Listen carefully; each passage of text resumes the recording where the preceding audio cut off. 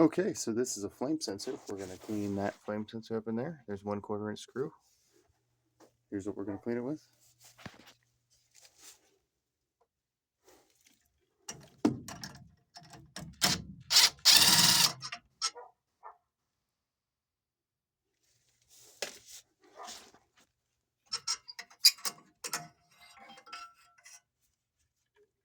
Oh yeah, that needs cleaned. So you just take it and really get this and that together and rub it in between it like that, like sandwich it in there. Really give it a good time. Give it a good time. And then you put it back in. After wipe it off with the cloth and then put it back in, and you're good to go.